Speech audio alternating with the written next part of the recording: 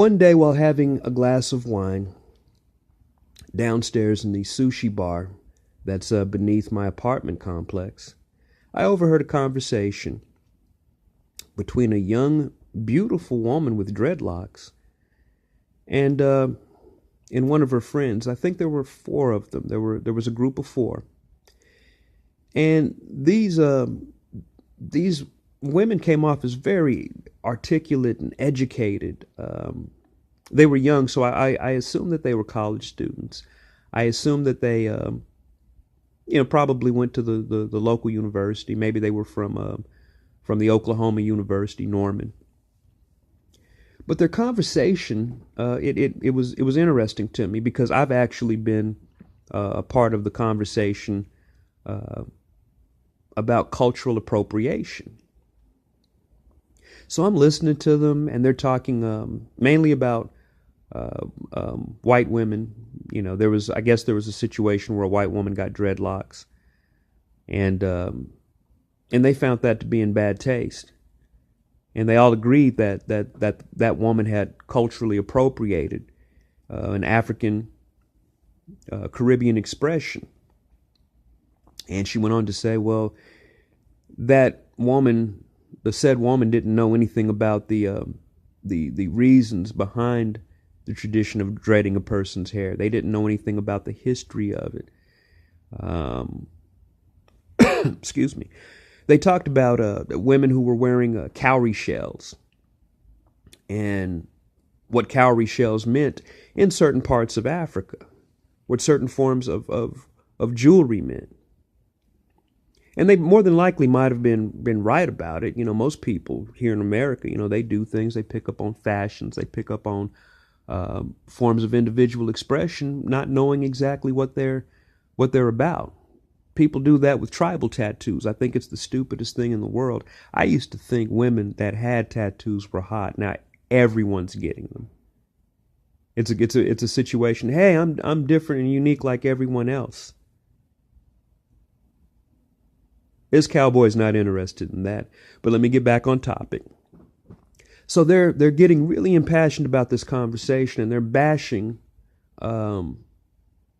those who appropriate other people's cultures.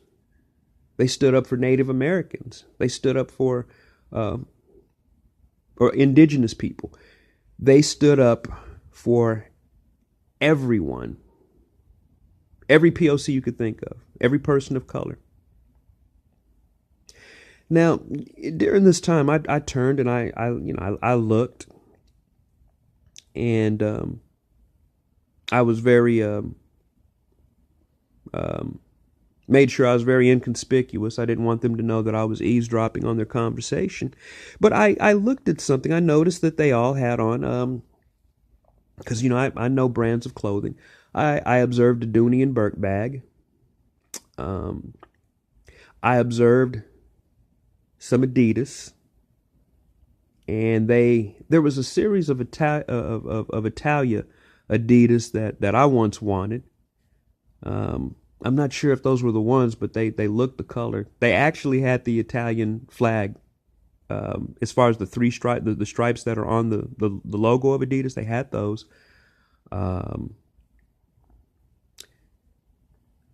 They had on quite a few things that were European in origin.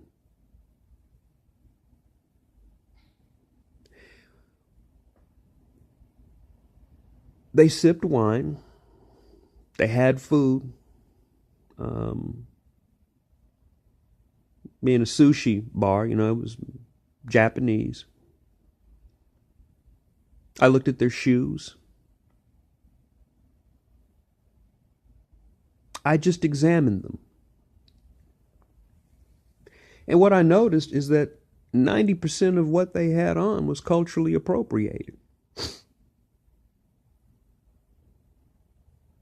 I couldn't spot any wares by Mufasa. I saw no purse that was created by Dikembe. And I'm not being an asshole. My goal is not to be a jerk or an asshole. It's making observation. I want to get into the science, if you can call it that, the science of cultural appropriation. If you know the history of everything around you, then getting into a cultural appropriation war is probably not a way that many people want to go. I see brothers all the time talk about how whites have culturally appropriated everything, all while wearing a nice Armani suit, all while wearing a Tommy Hilfiger shirt.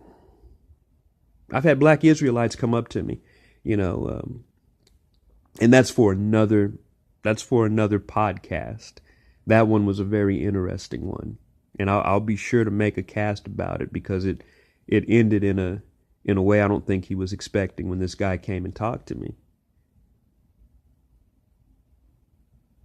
But I see so many pro-black people adorned in not non-pro-black apparel, enjoying non-black technology. If we got into a war of cultural appropriation and everybody started taking back their stuff, many people would be naked without a TV, without an iPhone, without a car. You wouldn't have suits. Beau Brummel, a European, created the whole concept for a suit. That's not taken away from the contributions of other people. But, I think we should focus our attentions on other things instead of who's taking what, because most of us who are doing that cultural appropriation outrage thing, if it really got to popping and people got to taking what was theirs, you'd be cold and naked without a pot to piss in or a window to throw it out of or a ground for it to hit.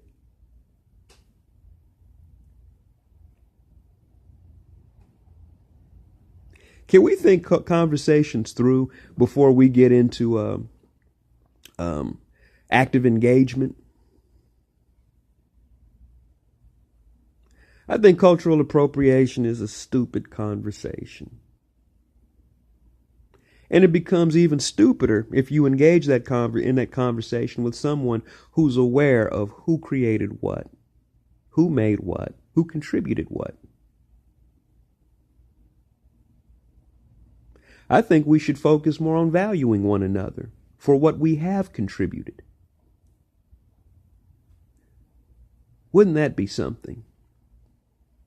Instead of trying to one-up each other, we actually celebrate the contributions that we're all using. And again, I'm not pro-European contribution. I'm not pro-African contribution. I'm not pro-Caribbean contribution. I'm not pro-indigenous people contribution.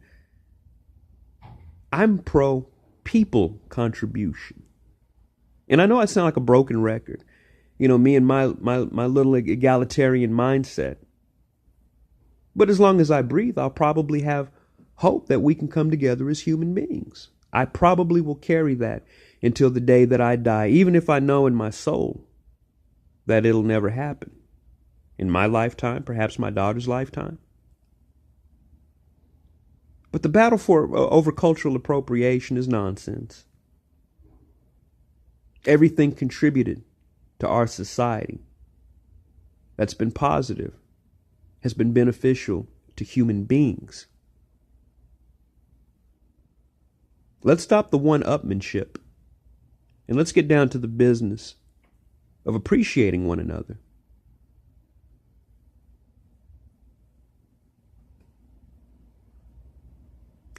It's time for that cup of coffee. Thanks for listening.